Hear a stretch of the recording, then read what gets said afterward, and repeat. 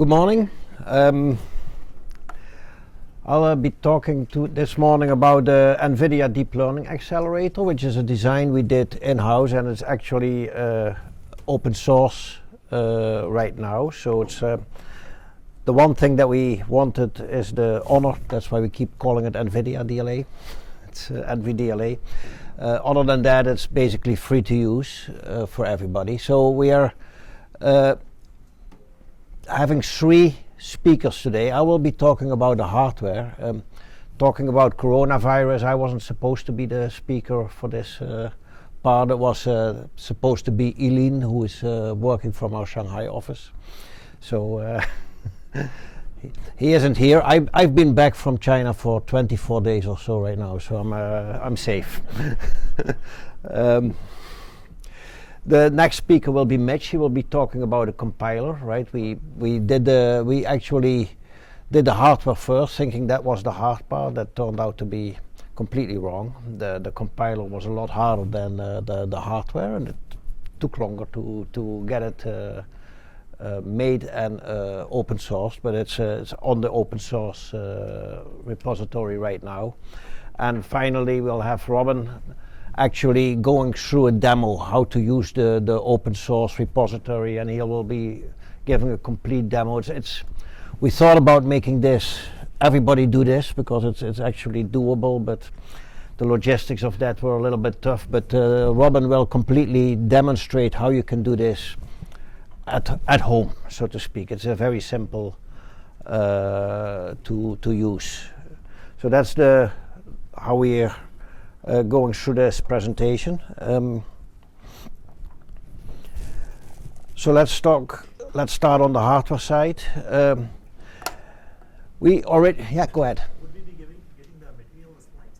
I hope so. Yes, it's like we've made it available. It was like 4 o'clock last night, so it may not be on the on the site yet. But it's the organization has everything, and I'm assuming that's gonna be. We're also recording them, so they're going to be available as presentations and also as video. Yeah, and by the way, anytime if you have questions, just feel free to interrupt me. I think it's not that big a group that we would have to be very formal about it, so just so we originally developed this deep learning accelerator, which is an inference accelerator for our automobile SoCs, right? So there we use it for camera processing, right? So recognizing other cars on the road, lane keeping, traffic signs, all this kind of stuff that you use deep learning for an automotive applications. After we did it, it's a few years ago. Our CEO basically said, well, inferencing is going to be everywhere, and why don't we just make it available, right? As NVIDIA, we do a lot of work in the cloud for machine learning. We like to stimulate the use of machine learning for that reason, and open sourcing the inference engine made sense to us, just to stimulate the field as a whole. So we've made it available. It's available under a very permissive license, so you can take it, you can change it whatever way you want. You don't have to put anything back. And we've seen most people do that, exactly that. They've taken it and run with it. They haven't. We get questions on it, but they're not necessarily publishing that they've been using it. Although some of them will be probably coming out. And we're thinking really about using this for edge and IoT. That's where the use cases would be. So it's. This accelerator is really focusing on convolutional neural networks, right? So for not for example language processing or things like that. And what is special for convolutional neural networks is that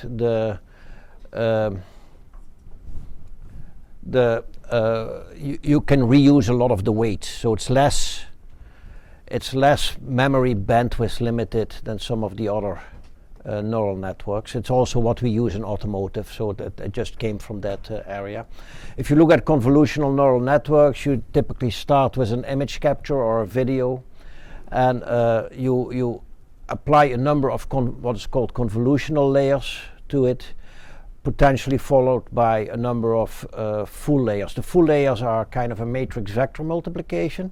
Those layers get very memory bandwidth limited, and it's not the layers that we focused on, because that's memory bandwidth is hard to fake, right? You can put a lot of parallel multiply accumulates on a piece of silicon, but the memory bandwidth is typically just what you have. It's not something that you can really upgrade. So I will be talking about these convolutional layers. When you are applying this kind of engine, though, you always have to think about, are my fully connected layers getting to be my bottleneck, right? So that's kind of how you need to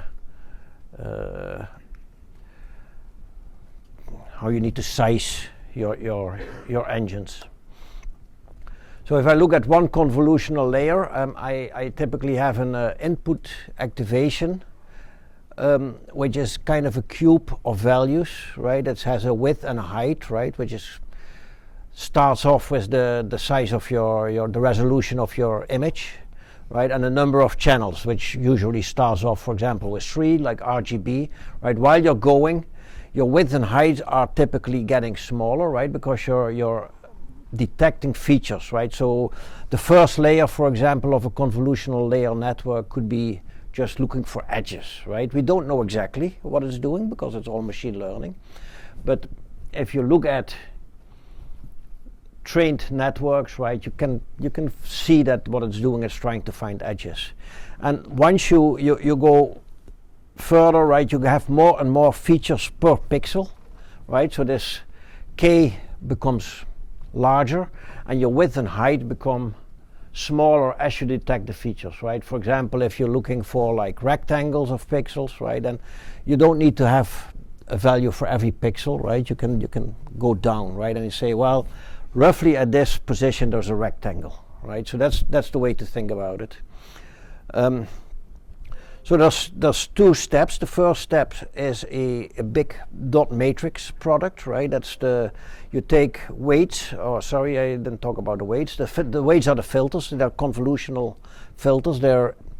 Every filter is is characterized by a 3-dimensional block by itself, and you take that weight and go over all the different positions in your picture and get your outputs. So that's the first step, and that's the most computational intensive part, is this big matrix dot multiply. After that, you apply a post-processing, which is not as computational intensive, but there's a lot more variation there. It's taking a nonlinear function. It does things like pooling. Pooling makes the width and height smaller, right? It could also be actually the other way around, where you go up again, but pooling is more used. So there's a number of steps like that, and all of that is in our design, of course. And if you look at the architecture, you see that it very much just follows that definition of a convolutional neural network. You have a big convolutional buffer, which is just an internal memory inside the DLA.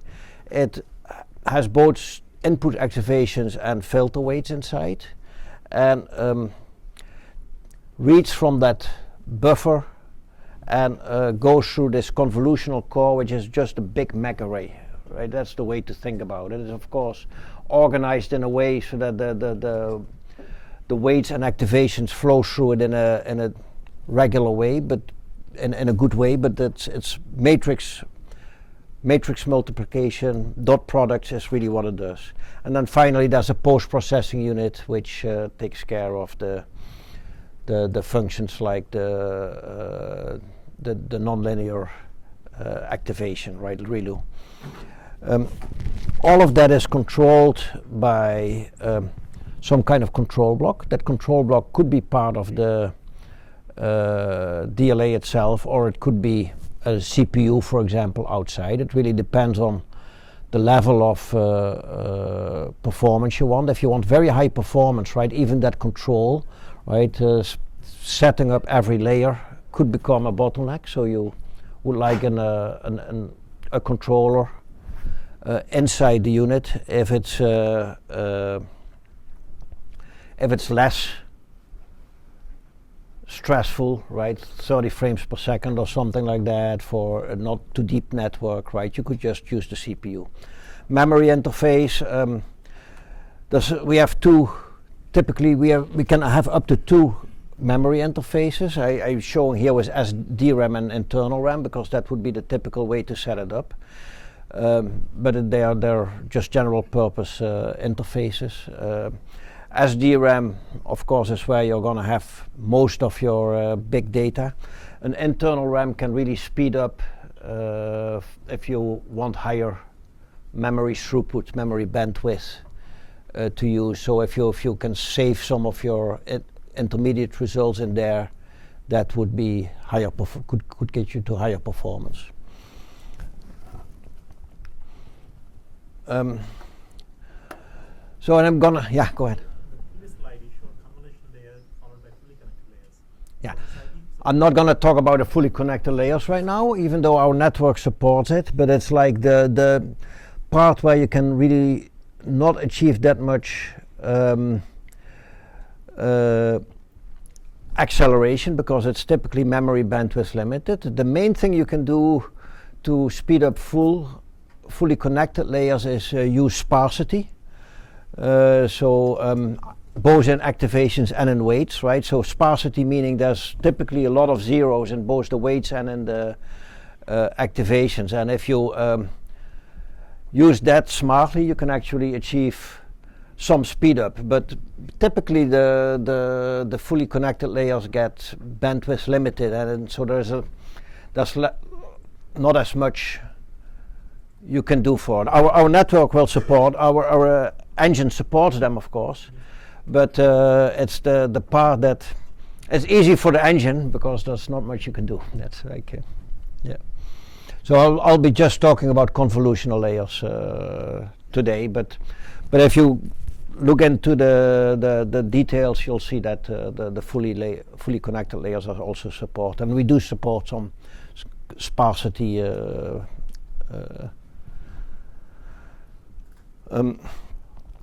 So. In designing a DLA, right, an inference engine like this, one of the things you have to think about very carefully is the internal memory. How much internal memory do you need? Both the activations and the weights are typically very big, and they wouldn't really fit into your whole network. And so you kind of have to say, well, let me keep a set of weights. I'll keep them inside my buffer, and then I stream through the activations, right? And the activations have to come typically from SDRAM, or if your internal RAM is big enough, it can come from this internal RAM. But you have to stream them, and streaming is expensive. It takes memory bandwidth is typically limited, and it's also very power hungry, right? Power is a big consideration for this type of application. So if you can fit all your weights, right, then you only have to reach your activations once. If you can fit half of your weights in your buffer, right, you're gonna have to do the first half first, right? You stream through all the activations, then you load your second set of weights, and you have to stream all your activations again. So in general, this is something that to look out for. The DLA that is on that open source allows you to size your memory, right? But it's one of the big considerations if you would use it is how much of memory do you need, and it really depends on your application. There's not one answer for that. The reason why, if we say, well, the convolutional buffer is on the chip, this internal RAM that you're talking about is also on the chip, right? Why not just combine them? It's because the convolutional buffer has to be very multi-ported, very high bandwidth, right? So that one is relatively expensive per bit, right? And whereas an internal RAM from which you stream could be just single ported and is much more efficient to implement. So that's why we make a difference, right? Like a level 1 cache and a level 2 cache in CPUs, right? You're not just making your level 1 cache huge and then say, oh, now I don't need a level 2 cache, right? So this is the same idea. On the convolutional core, so the atomic operation we apply for the convolutional core is we take a small slice of the activation data, and we calculate the dot product of that slice with a number of the weight filters, right? So and you can choose how many, right? There's a lot of decisions to make there, but so for example, if you say I take the slice is 64 elements, right, and I take 4 filters at a time, right, so you get 256 multiply accumulates in every cycle, right? That's a fairly typical configuration that you could choose. Then the way that we go through this is we apply this atomic operation to it for a number of activations at a time, leaving the weights in place, right? And then we go through all of the filter kernels. This is a 3x3 convolution that we're showing here. I'll go click through that quickly, and then assuming that there's more than 64 channels in the input, right? We go to the next set of 64, right? And we go through that same. We keep going until we have the full results. So why did we do it like that? So first, let's talk about how big take the slice, right? In my example, I took 64, right? And doing a multiply accumulate of 64 elements is a lot more efficient than taking 64 additions one at a time, right? So using the Wallace tree, right, is helps a lot, right? You get half adders rather than full adders. On the other hand, if I make it too big, if I only have 32 channels, right, I kind of lose the other 32, right? So that's again a consideration of how big do you make this. Then as you saw, we kind of went through. We kept the weights constant for a while, and we went through a number of activations. The reason we did that is we can keep the weights where they are. We don't have to change the weights out. So we have a lot less data transfer than if we would be changing both the weights and the activations, right? So we only changed half of our data, so to speak, right? You have to do something. And what we found is that we always take between 16 and 32 times we keep our weights the same before we change to the next set of weights, right? And that kind of almost reduces all of the overhead of changing the inputs. And then finally, we could have kept the weights the same longer, but we would have to save all these intermediate results. So the number of accumulators kind of got us to 16 to 32, right, where there was diminishing return, right? And for 32, if we are working on 32 outputs at the same time, it means we need 32 accumulators that we need to keep saving, right? So 32 sets of accumulators, I should say. Go ahead. The input is RGB. So yes, that's a good question. RGB only would use 3 actually of the 64, right? We actually do some special tricks for the first layer to make that at least higher. Very typically, after the first layer, you apply a pooling layer, which means you make the width and height smaller. So we do some special transformations and tricks to to do at least, I think, at least 12 instead of 3. Yeah, so that there's some additional tricks to make it a little bit better.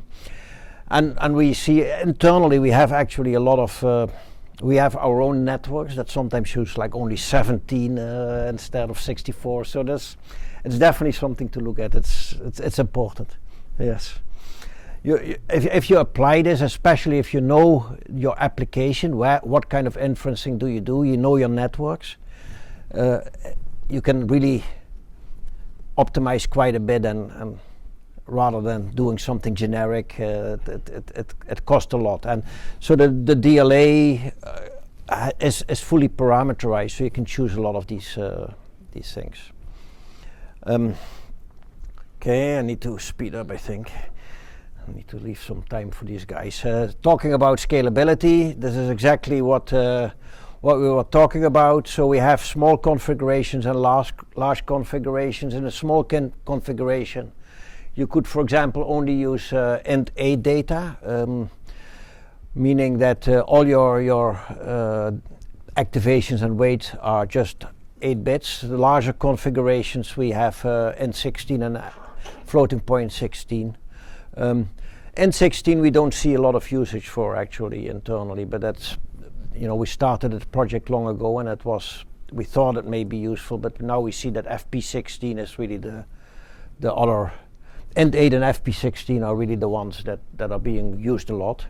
Then you could have just one RAM interface, right? Typically just to SDRAM, or if you have a very small network, something on chip, or you could have 2 RAM interfaces. As I said before, we can integrate the controller or just use your general AP CPU for that. You could do weight compression or no weight compression, right? So we have all these different configurations. Some small configurations, right? Those are very almost all the same. They mostly differ in how many megs and how much convolutional buffer you use. Well, you can see that for ResNet 50 we get a pretty good number of frames on per square millimeter and per watt. Power is always very important if you talk about edge applications. So it's typically measured as deep learning tops per watt, and so we're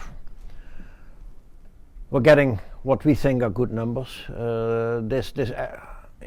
And then for the larger configurations, you can see that the floating point 16 is we see about 3 times more power required than for int8. We see for CNNs with int8 we get quite good results. So what we're typically measuring is int8 versus FP64, right? FP64 basically means you have as much precision, almost infinite precision, right? It's with int8 we see typically like precision drop off by less than 0.5%. So there's some loss, but not that much. And we're trying carefully to keep intermediate results in as high precision as possible. So even though it's int8, it doesn't mean that all the intermediate results are int8. They're typically at a higher precision, but the input and output are at int8.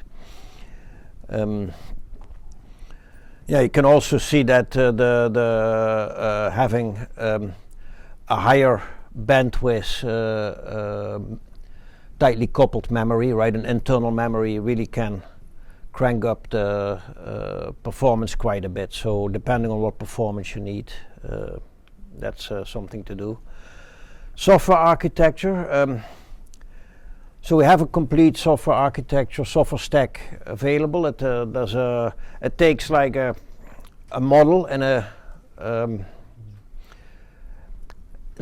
something like Café model. Do we have Café, Mitch? Yeah, we have Café, and it compiles it into loadable. Loadable is the file that the DLA understands, right? And then you load that file at runtime to your DLA hardware, and it will run there. the difficult part here is really the compiler, and that's what Mitch is going to focus on.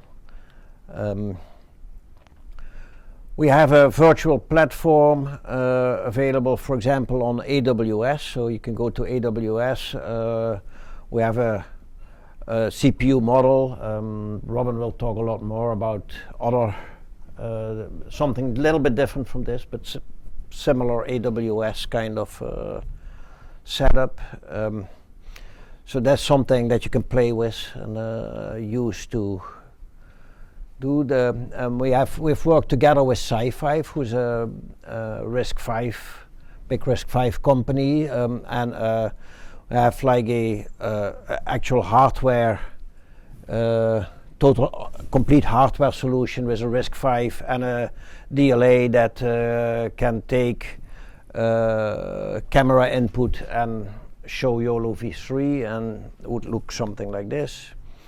Right, so here YOLO v3 is an open source network for object recognition, and this is kind of what would come out of that kind of application.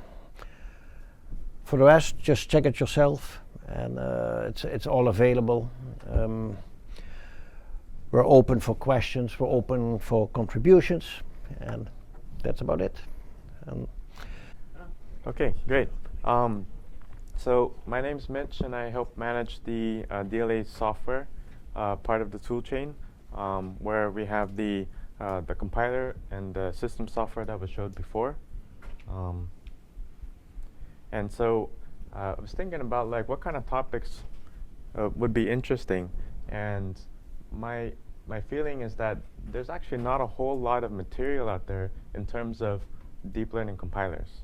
Like what is a deep learning compiler? Like I would venture a guess like maybe 3-4 years ago there was no such thing as a deep learning compiler, right? So well, I'll first start with the problem statement. Okay, we got a pretty cool hardware IP that does deep learning inference.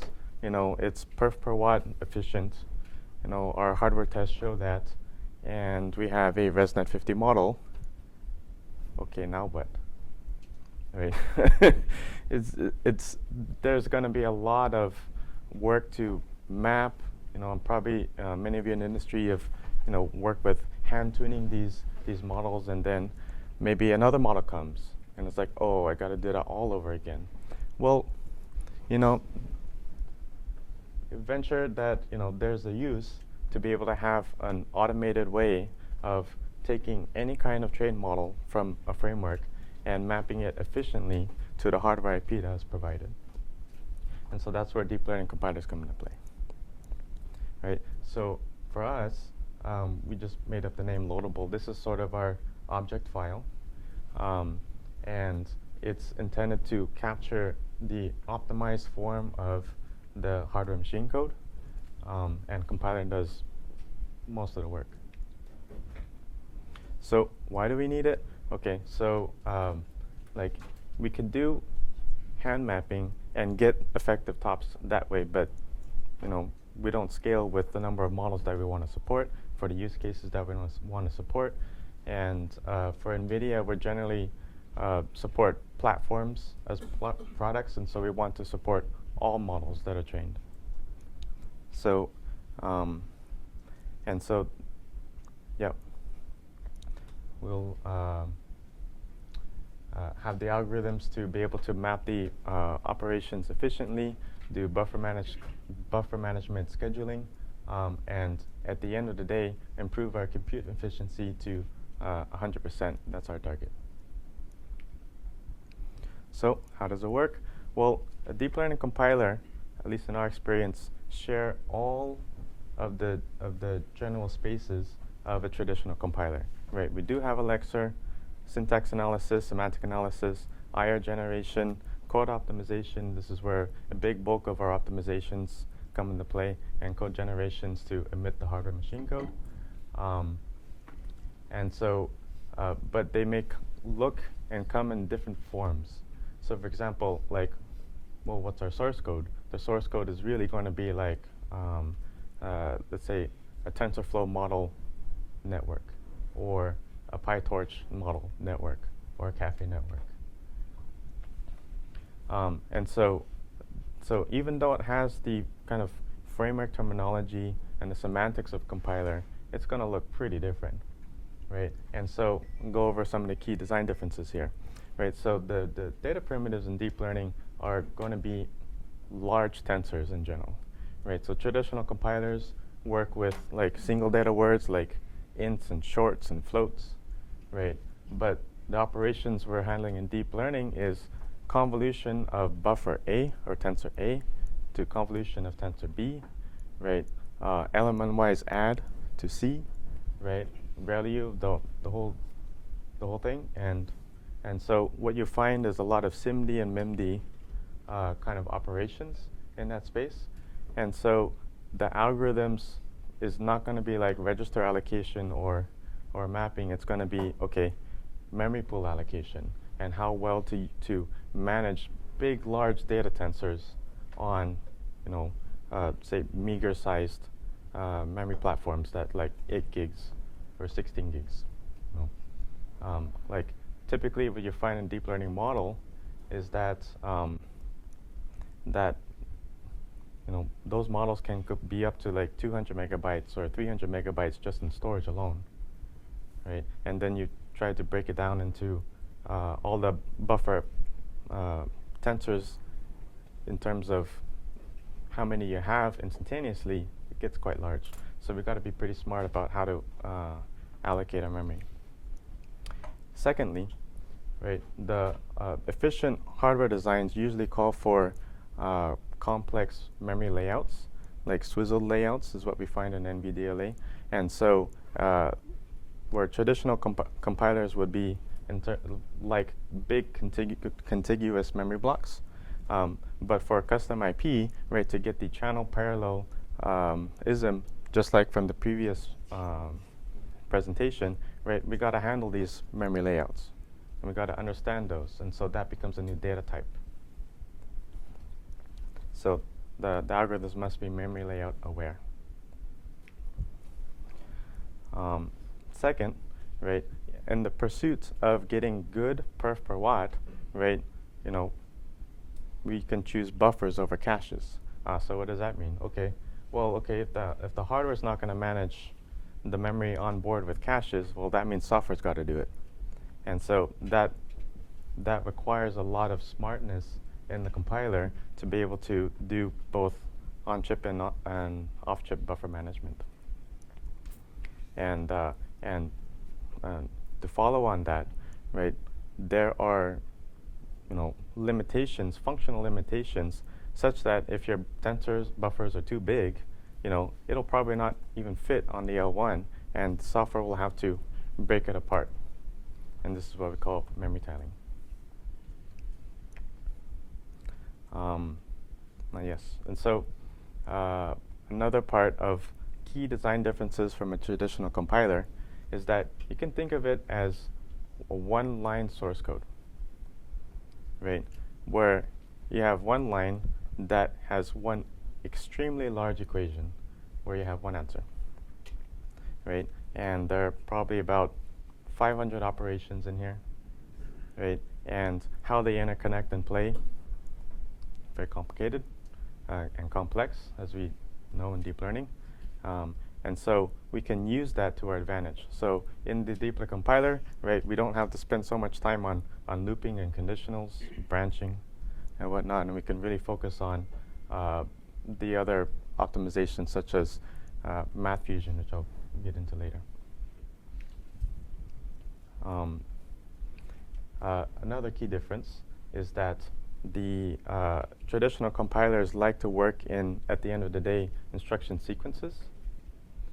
But in the space of single graph or single equation, we can represent this as one enormous graph.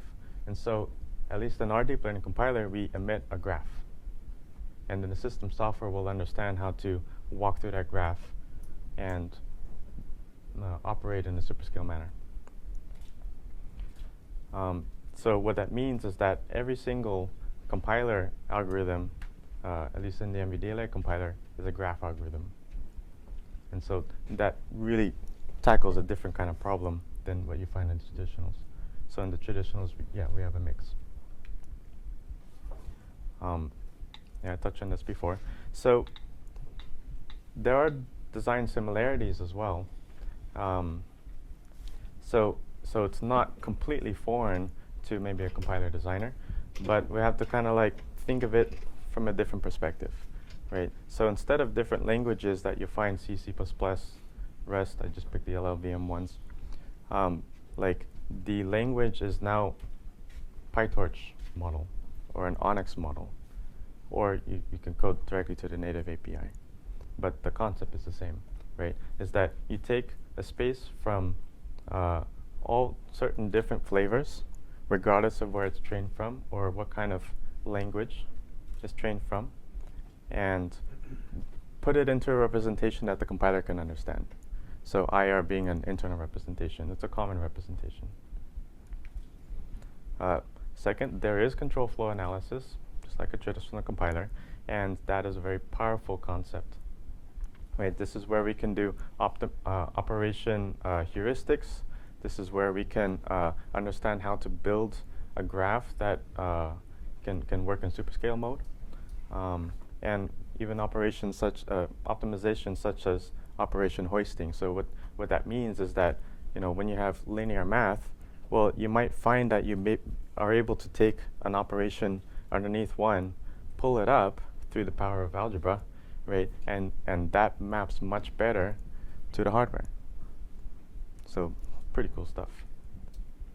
And then data flow analysis, also powerful here, right? Is that this is how we can drive our memory pool allocation algorithms to be smart, right? We also have buffer typing. Won't go into some of these details, but the concepts are there. And I'll kind of touch on a little bit. So this is where a lot of power comes in terms of math crafting, right? So for example, if we have like constant buffers that are found a lot in deep learning, right? And we have an A times B, A and B a constant, we'll fold it, right? And then the operation disappears. Sometimes we have no ops that show up. We can just eliminate them. One that's very powerful that saves on memory bandwidth is split and concatenation that does not actually copy. So we call those zero copy optimizations. And so that helps keep your data on chip and hot, and in effect raise your MAC utilization to be what the hardware IP wants it to be. Yeah, so in conclusion, right, we introduced the concept of a deep learning compiler. What is it? Is that we take the spaces of all the different kind of deep learning frameworks. We say that we want to support all of those models, convert it to an IR, run through the same bag of optimizations that works well for the target architecture, and we get something that is effective tops out of the hardware tops that it was designed for. And so where you can find one, as we touched on before, we've open sourced the entire software toolchain, from a cafe parser to the compiler to the system software stack that goes all the way to the hardware. So that's the user mode driver, the kernel, and the microcontroller software. And so what we'll go into next is show a demo demonstrating that on AWS. All right, yeah, thanks, Mitch. I'm Robin, and what I want to do this session is to kind of drive home the point that we discussed. There's no catch. We can do the end-to-end. You can do the end-to-end at home. So what we're trying to do is take the software pieces, take the hardware pieces, put together the whole solution, and see if we can run inferencing on NVDLA in about 30 minutes, right? So the session is split into two. Like, we'll first go through some slides, and we'll put together a plan of what we're going to do, and then we'll exit the slides, go to a demo, and we'll show it working, and hopefully by the end of the session we'll have hardware flashed on an FPGA. with the corresponding software, running and inferencing, and everything using open source material, right? No, we're not writing any code. Everything, all the stuff that we're using is available open source, right? All right. So, so the goal is to put hardware on FPGA, right? So we need hardware and we need the FPGA. So let's go over what hardware we need, right? So, yeah, we talked about NVDLA, and just to give a refresher, like Frans already went over this, right? We have, yeah, okay. We have the convolution buffer. We have the convolution core, which is all the MACs, and then we have a whole bunch of post-processing, like if you want to do pooling or any of the other post-processing, which is not typical convolutions. We have that, and these are all configurable. So if you want to go and edit the number of, like change the number of MACs, or if you want to change the size of the convolution buffer, or if you want to support like different precisions like int8, FP16, all of that is configurable, and you can generate RTL with whatever configuration you like. And going through the interfaces, we have the CSB, which is the configuration space bus. That is what is used to program NVDLA. So it's sending commands, okay, run this layer, which is convolution, run this pooling layer. So all the commands are coming through the CSB.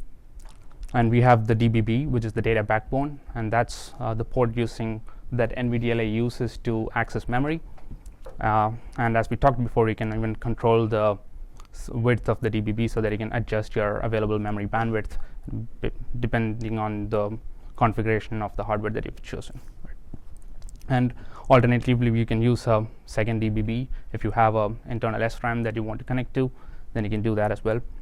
And there's also an interrupt signal, so which once NVDLA finishes a task, it's going to interrupt saying, oh, I'm done, or if there's an error, it's going to tell you if there's something wrong. Right? So these are the interfaces that NVDLA currently has, and you can configure the hardware to your liking. Right? So we have the hardware, and now like we have the accelerator. Right? Now we need some hardware to program this guy, right? So we need something to say, oh, this is my network, this is the layer, now I need to go and run the convolution. So we need something, some other engine to, or some other coprocessor to send commands over the CSB, right?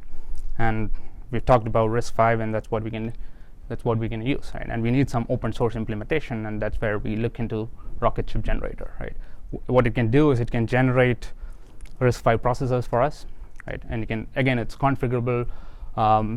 We can generate in-order processors, which is the Rocket core, or you can generate out-of-order processors, which is the Boom cores.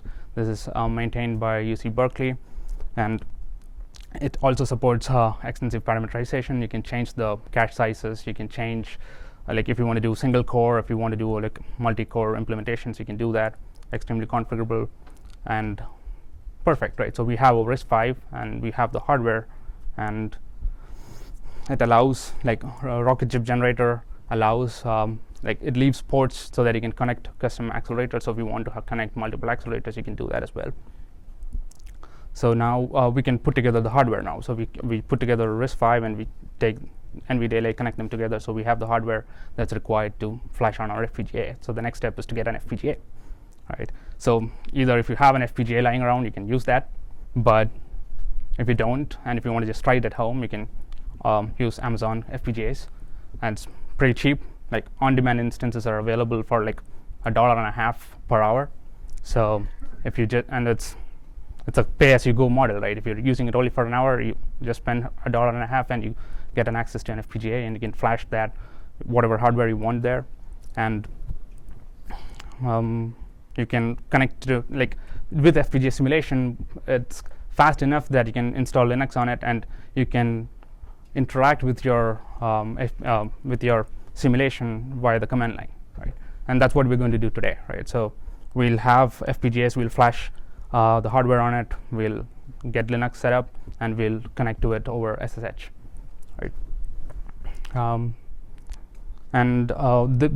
Just to go over the terminologies of AWS, we're going to use two types of instances today. The C4 is the compute optimized instances. That's what we're going to use for downloading our code and building software.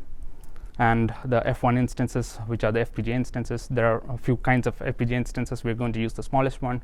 There are like 3 or 4 variants, and the pricing is based on what kind of size you're using. The 165 that I said was, I think, for the lowest, the smallest one.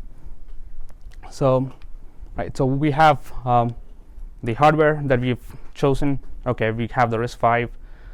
We connect an NVDLA to it, and we have like Cloud FPGAs available, right? But the problem is like, how do I get this thing to work, right? I don't want to write code to interact with AWS. Can I find something open source which does that for me? That's the next goal, right? And yes, there is, right? There is FIRESIM. It's also maintained by UC Berkeley. What it does is it makes this process of using Cloud FPGAs a lot more simpler.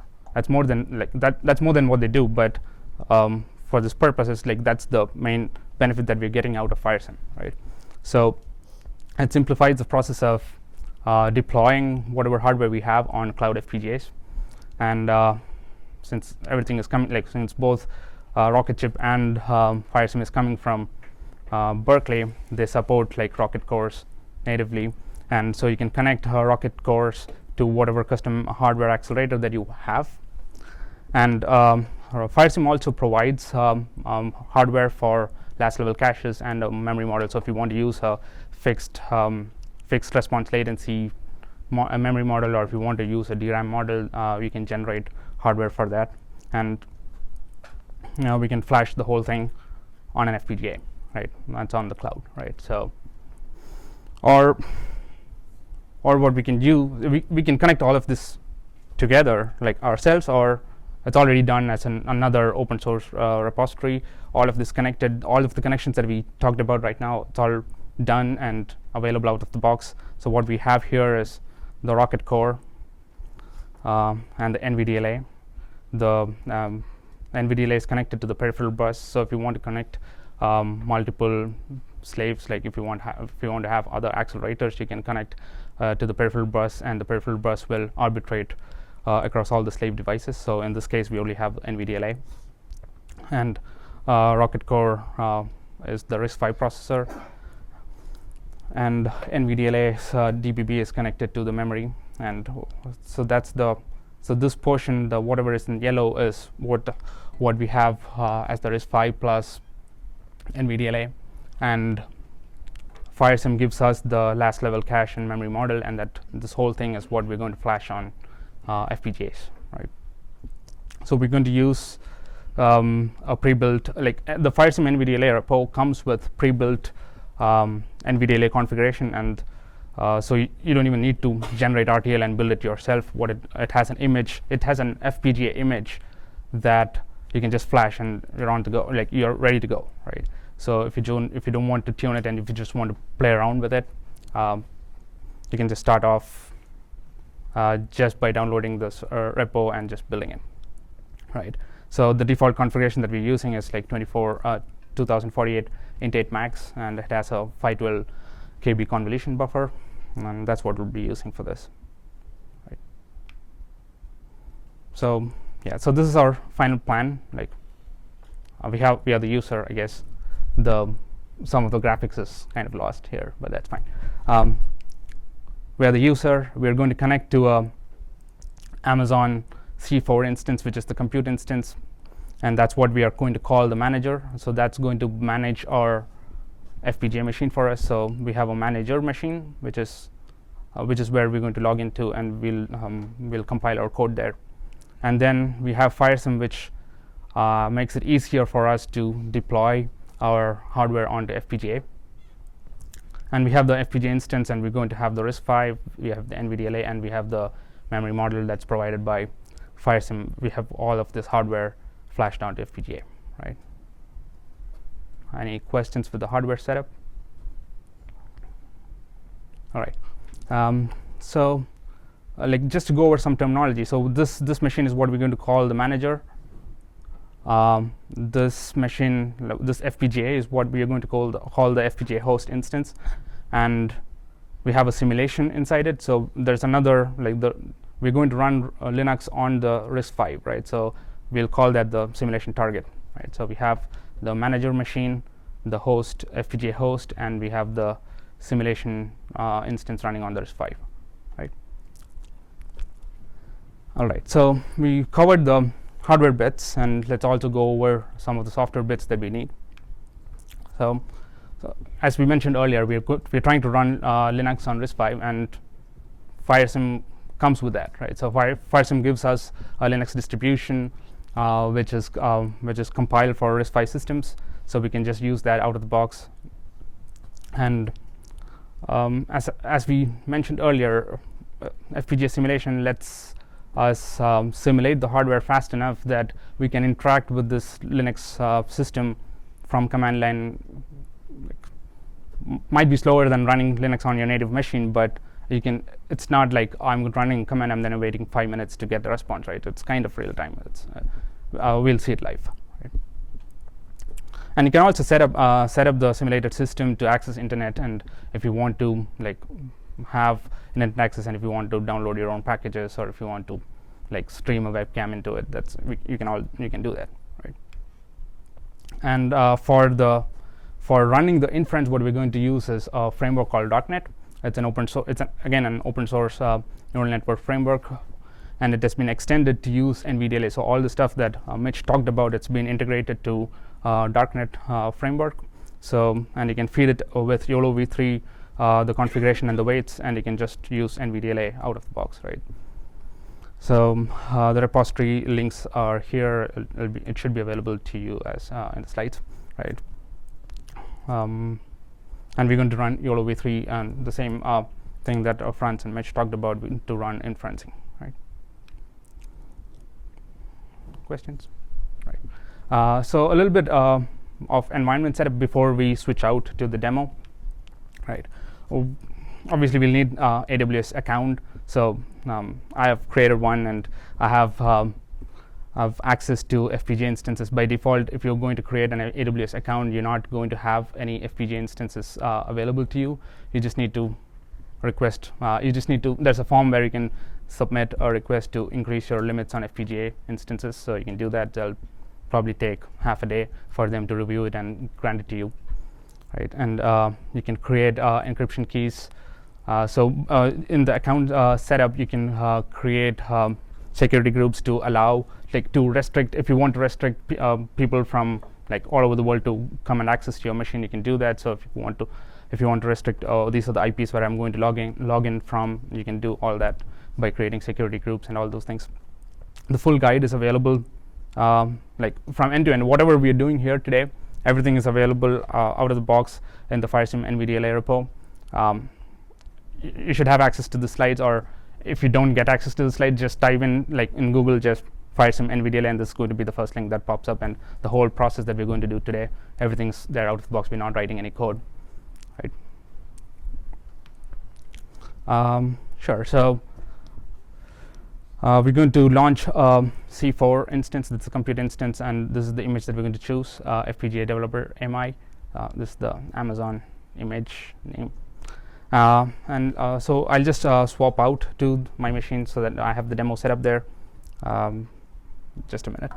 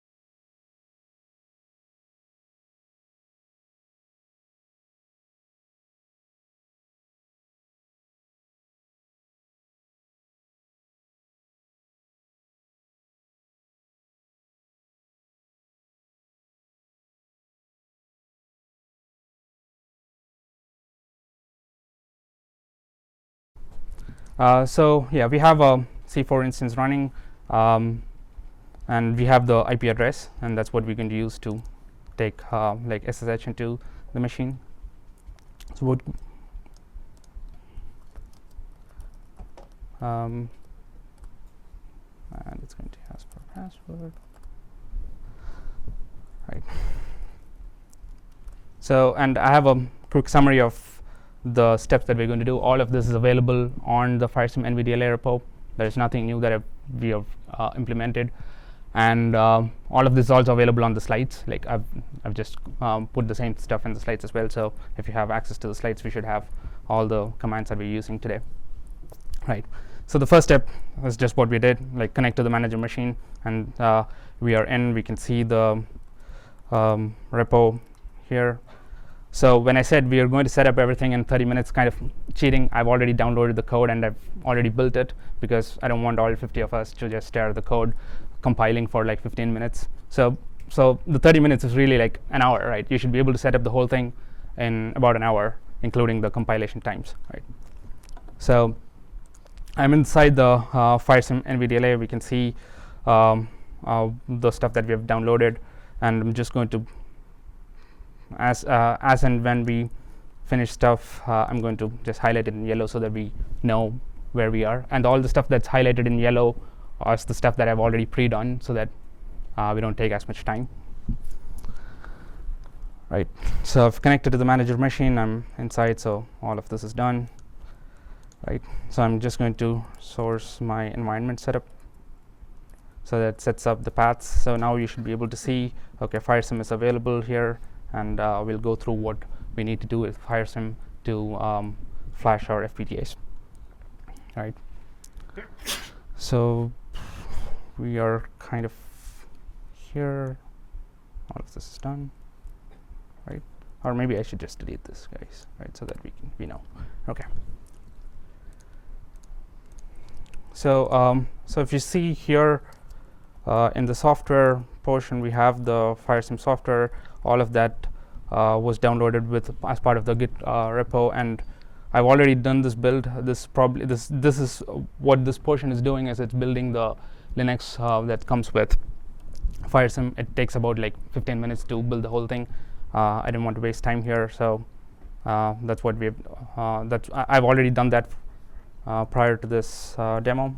So we'll move on to the next bit of software, which is getting darknet. So what this is doing is, let me just show you what it does, right? So the only thing it's doing is we have a version of darknet which is cross-compiled for RISC-V, and it's just getting that, and it's unpackaging it here. So and we can do the builds. So right.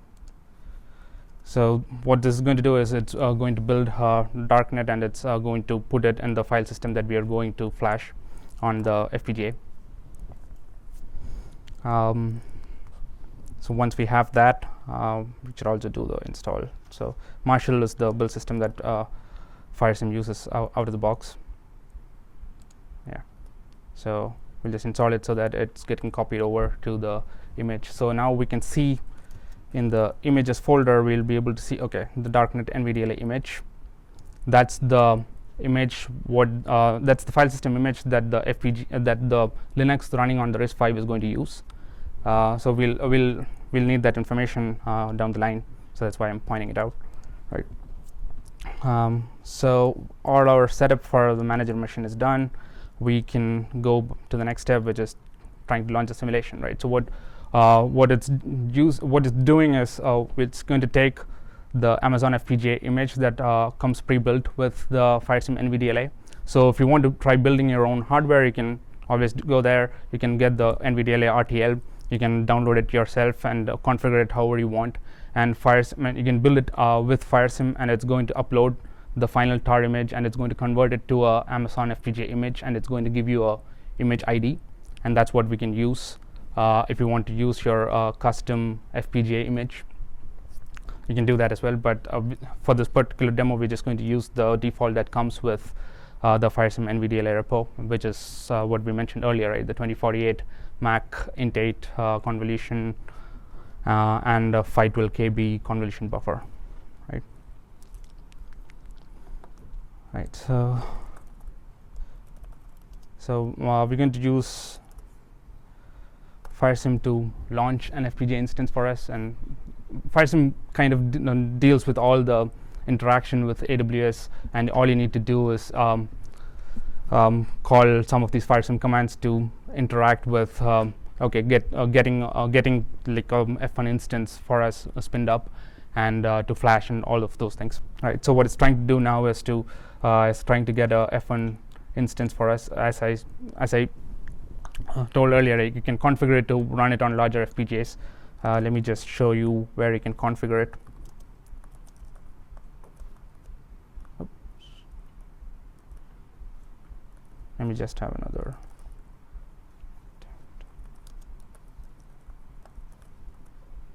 Just go back.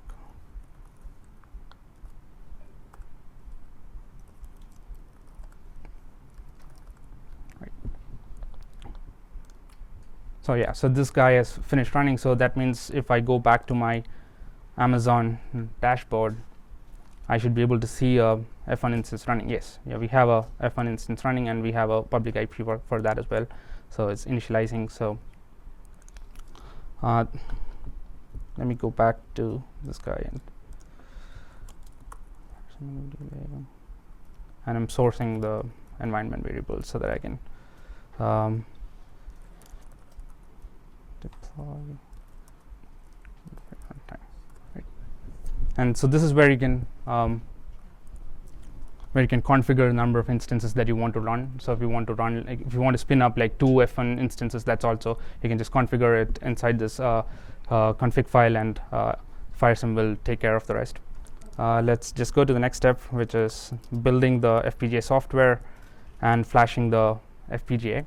So FIRESIM does that for us out of the box. So all what it's doing is it's reading this config file, and we'll just go, like, while the flashing is happening, we'll just go over the details of this config file and figure out how we can tell FIRESIM to do different things based on what we want, right? So here we are saying, okay, I need just one F1 2x large. That's the smallest FPGA instance that's available in AWS, and we're saying this is an on-demand instance, and the topology that we're using is a no-net config, which means the F1 instance, the FPGA instance that we are spinning up, we're not configuring it with any network switch. So the alternate topology that you can use is you can have like 4 FPGAs spinned up, and then you can have a interconnect between them. So that would be a topology in which you need a network switch, and we're just going to have one node in our simulation. So that's going to be the FPGA in which we are going to flash the NVDLA and RISC-V, and then we're going to run Linux on that, right? So what else? And yeah, this is the config that we're using. This is the name that we've given for the default Amazon FPGA ID, like Amazon FPGA image, which is called the AGFI. So if you're building your own hardware, and if you're connecting it to the RISC-V, and you can use FIRESIM to build it, it will upload the image to Amazon, and what it'll give us back is a image which you can name it however you want. So this is the name of the Amazon image that we are using for this, right? So it's we're not having any NIC setup, and we're having the NVDLA, and we are using a DRAM model with a last level cache of 4 megabytes. That's the default which comes with the FIRESIM NVDLA repo, right? And the workload, it needs to know what workload and what image we are going to flash on the RISC-V, and that's pointed to by whatever we just built. That's the darknet NVDLA. All right. So yeah, given this time, it has flashed the FPGA, and we are ready to go. So we can run we can boot. So by this time, like, the file system is already there on FPGA. We just need to boot it up, and so this is going to start the workload.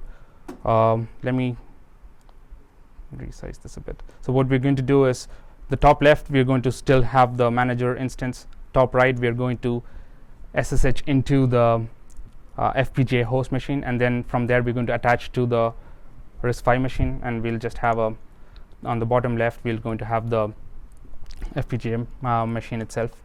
So let me just put that down right here. So this is the manager instance. This is the simulation.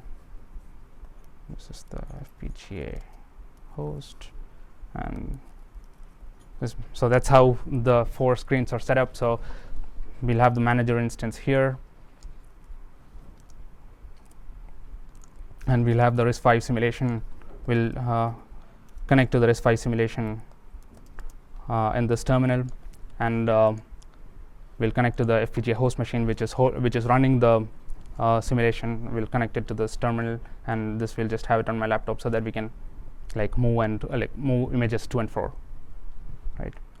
So once we run this, FPGA is going to the Linux on the RISC-V is going to boot up, and what it's going to give me is an IP to the FPGA host machine. So we can connect to that from here. So I'm just using this IP to connect to that FPGA host machine, and we're in. So we can see that this is the FPGA host machine, and this is the simulation slot. So if I go to the sim slot, we can see the image that we are trying to put on the Linux file system. So let me just attach to the RISC-V processor, and we'll see that okay, it's trying to boot Linux. We'll wait for it to boot, and let's just SSH into one more instance so that we can have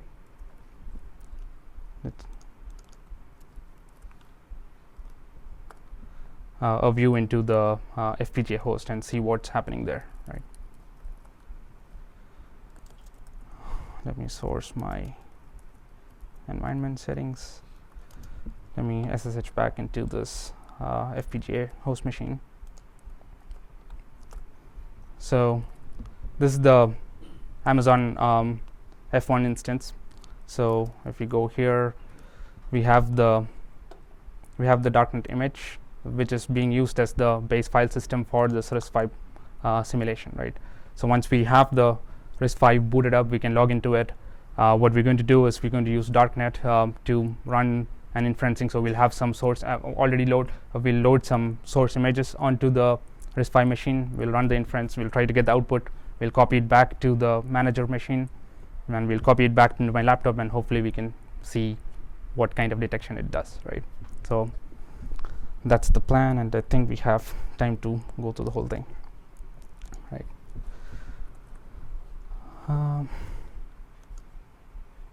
Should be a minute or so for it to finish booting. So in that time, we also mentioned this, right? We're using YOLO v3, and what darknet is going to give us is what darknet is going to do. The framework itself is going to do is it's going to we're just going to give it the YOLO v3 layers and the weights, and we'll also give it the image that we want to run the inference on. It's going to darknet framework reads the image on the RISC-V processor. It will load the weights onto NVDLA. It will program the NVDLA, and it will load the weights onto NVDLA, and it will run the inference. It will get the detected region, and it will annotate the image with the detected region, and it'll dump, darknet will just dump out the final image for us so that we can view the source image and the final image on which the detection has run, right? Okay, so this is booted, so we'll just try to. Okay, so this is what I was saying, right? FPGA simulation is fast enough that we can interact with it from the command line, right? So this is the this is Linux running on the RISC-V, running on the FPGA on Amazon Cloud, right? And it's not that slow, right? I can SSH into it. I can try my own, I can interact with it like a regular Linux terminal, right? So let's go ahead and run darknet here, right? So I'm already inside the darknet folder. Let me just export my path variable, right? And let me just do this. So what I'm going to here is, okay, I'm invoking darknet, I'm asking it to detect an image, like run object detection on an image, and I'm pointing it to the YOLO v3 layer file and the weights file. It's the same. The config file has pointers to the different layers and the weights, and I'm giving an input image, and I'm expecting an output image here, right? So let me just run that.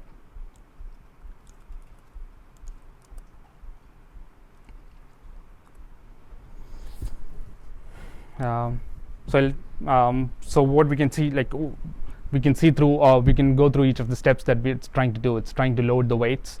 Here it's reading the weight file that we have provided, and it's trying to load the weights onto the NVDLA. And after that, it'll try to read the image that we gave it. And then it'll try running the inference, and then it'll dump out the image, and we can try to extract the image, and then we can see the object detection happening. Any questions at this point?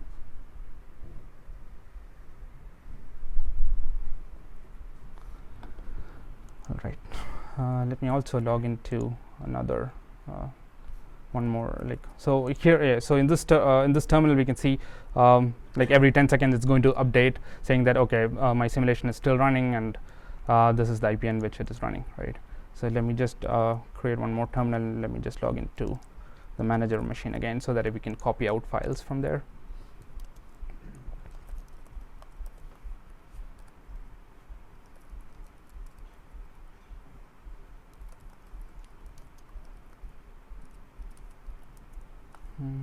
Let me source my environment variables.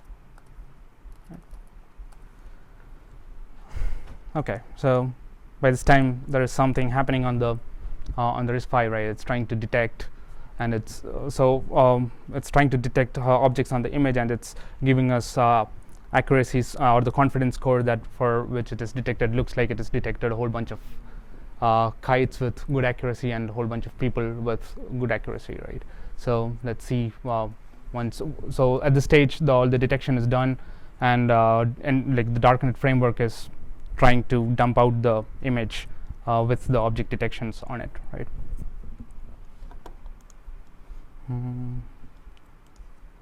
Sorry? Yep. Sorry. There was NVDLA times mean because it has 3 times.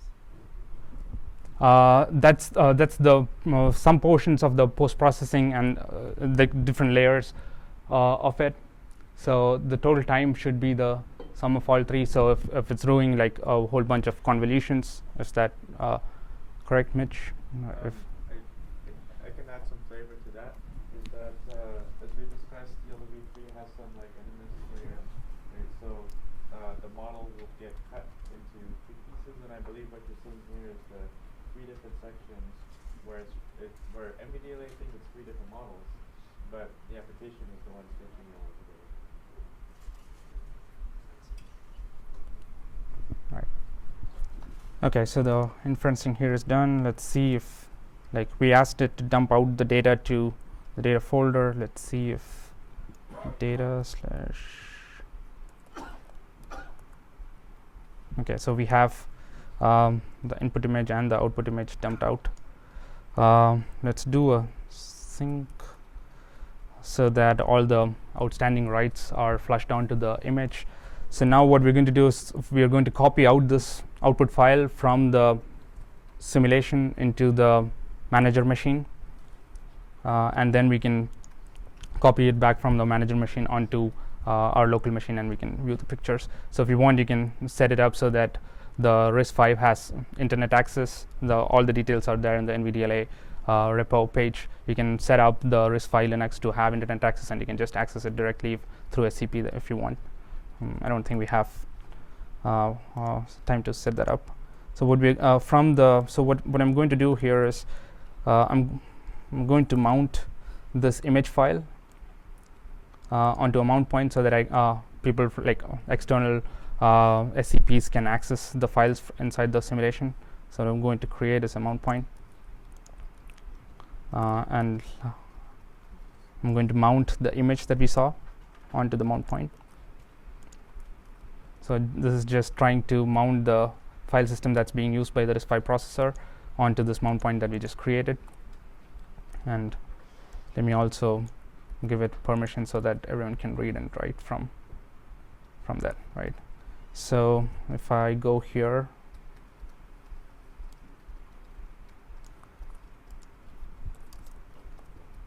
I should be able to see the same stuff. Okay, not very clear, but sure. 1 point.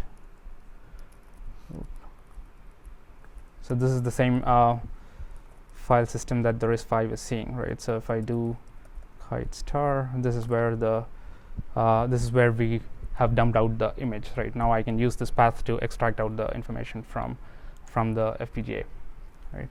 So let me just do that, right? Let me create a folder, and let me just go back.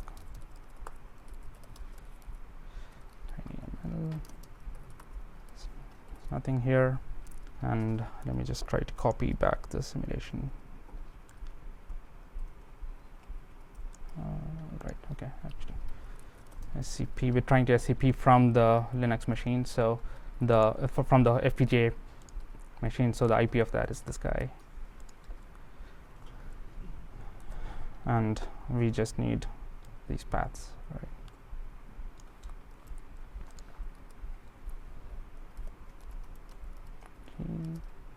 Action star.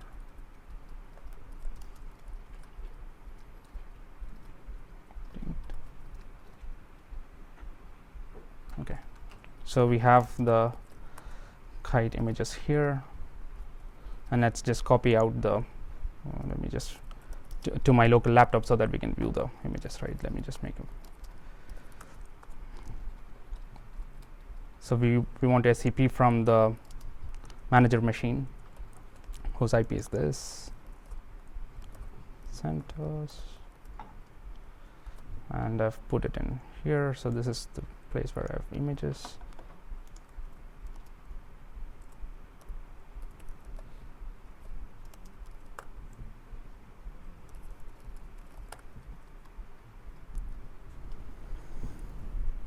Okay, so let me just open this up.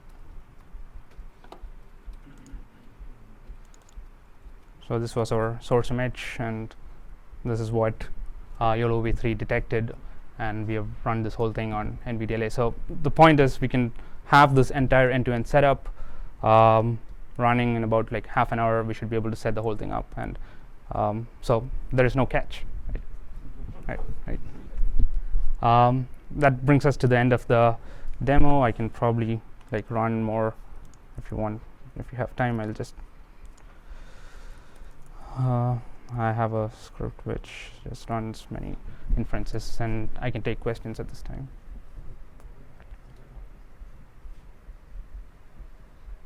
No questions? Okay.